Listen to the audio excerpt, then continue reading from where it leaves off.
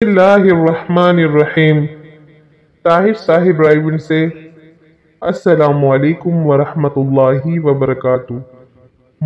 उम्मीद है कि आप सब खैरियत से होंगे। अल्लाह पाक आपको हमेशा खुश रखे, आबाद रखे, आमीन। इस्लामी वाक़यात और सबक आमोज कहानियाँ देखने के लिए माय चैनल ताहिर जी राजू में आप सबका दिल की गहराइयों से खुश आमदीद। अगर आपने मेरा चैनल सब्सक्राइब नहीं किया तो प्लीज़ सब्सक्राइब कर लें, बेल आइकन पर। हज़रत यूसुफ अलैहिस्सलाम कैद खाने में। किस्त नंबर 3। अब तक आपने सुना है कि हज़रत यूसुफ अलैहिस्सलाम अपने वालिद के सबसे चहीते बेटे हैं, जिन्होंने बचपन में बहुत अच्छा ख्वाब देखा। इनके भाई इनसे हसद करते हैं और उन्हें एक कुएं में डाल देते हैं, लेकिन वालिद को झूठी कहानी सुना देते हैं कि हज़रत यूसुफ अलैहिस्सलाम को भेड़िया खा गया। वालिद उनकी बात का यकीन नहीं करते और मामला अल्लाह पर छोड़ देते हैं।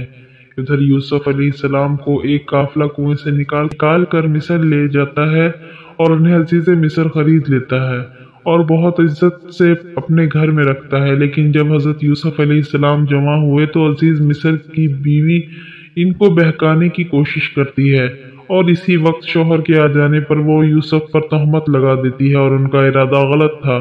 वाक़े की तहकीक में यूसुफ अलैहिस्सलाम की कमीज पीछे से फटी मिलती है, जिससे साबित हो जाता है कि वो बेगुनाह है।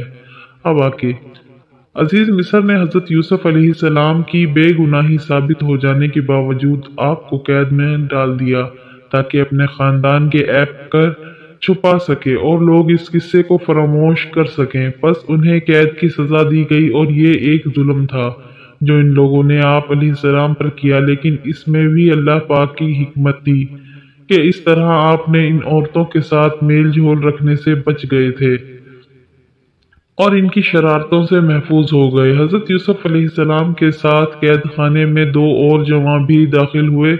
इनमें से एक बादशाह का साक़ी था जिसका नाम बनवा बताया जाता है और दूसरा बावर्ची था, इसका नाम मुजलिस बताया जाता है। वो किसी जुर्म के सिलसिले में मशकूक थे, इसलिए बादशाह ने इनको कैद कर दिया था। वो दोनों जेल में हज़रत यूसुफ अलैहिस्सलाम से मिले तो इनके अखलाक, आदात और अतवार, कसरत इबादत और मखलूक खुदा कर शिफकत से मुतासिर हुए। इन दोनों ने एक ही रात में ख्वाब देखे। साक़ी ने देखा कि अंगूर की बेल के 3 शाखें हैं और इनमें पत्ते उगाए और अंगूरों के गुच्छे लगकर पक गए। इसने वो लेकर बादशाह के प्याले में निचोड़ा और इसे वो मशरूब पिला दिया। बावर्ची ने देखा कि इसके सर पर रोटियों के 3 टोकरियां हैं और परिंदे सबसे ऊपर की टोकरी से खा रहे हैं। इन दोनों ने ये ख्वाब हज़रत यूसुफ अलैहिस्सलाम को सुनाए और कहा कि आप ख्वाबों की ताबीर के इल्म से वाकिफ हैं, हमें भी इनकी ताबीर बता दीजिए।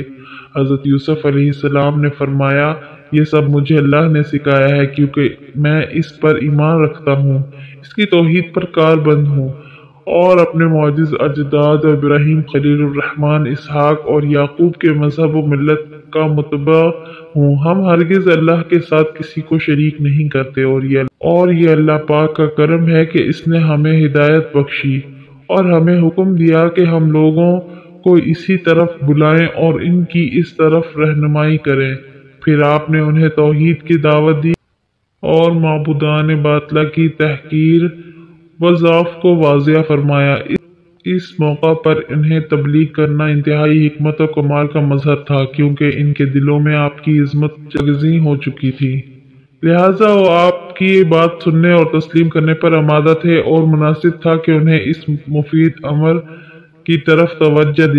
जब आप अपना तबलीग का फर्ज पूरा फरमा चुके तो साथियों से कहा, ऐ मेरे रफीकों, तुम दोनों में से एक यानी साकी को तो अपने बादशाह को शराब पिलाने पर मुकर्रर हो जाएगा, बावर्ची सलेब दिया जाएगा और परिंदे इसका सर नोच खाएंगे। फिर वो दोनों इस्तफसार करने लगेंगे कि क्या वाकई ऐसा होकर रहेगा। तो इस सिलसिले में एक हदीस में भी आया है कि रसूलुल्लाह सल्लल्लाहु अलैहि वसल्लम ने फरमाया कि जब तक ख्वाब की ताबीर ना की जाए वो परिंदे के पाँव पर है। इसका वाक़या होना और ना होना दोनों मुमकिन है, जैसे परिंदे के पैर में पकड़ी हुई चीज़ का गिरना और ना गिरना दोनों मुमकिन है, लेकिन जब ताबीर कर दी जाए तो वो वाक़या हो जाती है। हज़रत यूसुफ अलैहिस्सलाम ने साकी को, जो ताबीर के मुताबिक निजात पाने वाला था, کہا کہ اپنے بادشاہ سے میرا ذکر بھی کرنا اور میرا بغیر جرم کی قید ہونے کا ذکر کرنا۔ لیکن جب وہ قید خانے سے نکلا تو شیطان نے اسے اس بات کا بادشاہ سے ذکر کرنا بھلا دیا، اور حضرت یوسف علیہ السلام نے کئی سال قید خانے میں ہی گزارے۔ سالوں بعد مصر کے بادشاہ نے ایک خواب دیکھا کہ وہ ایک دریا کے کنارے پر ہے۔ دریا سے 7 موٹی تازی گائیں نکلیں اور چرنے لگیں، پھر اسی دریا سے 7 دبلی گائیں نکلیں اور ان کے ساتھ پھر وہ دبلی گائیں موٹی گاؤں کو کھا گئیں۔ بادشاہ گھبرا کر بیدار ہوا۔ جب دوبارہ سویا تو اس نے دیکھا کہ گندم کے ایک پودے میں 7 سبز سبز بالیاں ہیں۔ اچانک پتلی پتلی خشک بالیوں نے انہیں کھا لیا اور پھر وہ گھبرا کر بیدار ہو گیا۔ بادشاہ نے درباریوں اور دوسرے افراد کو یہ خواب سنایا تو کوئی اس کی تعبیر نہ بتا سکا۔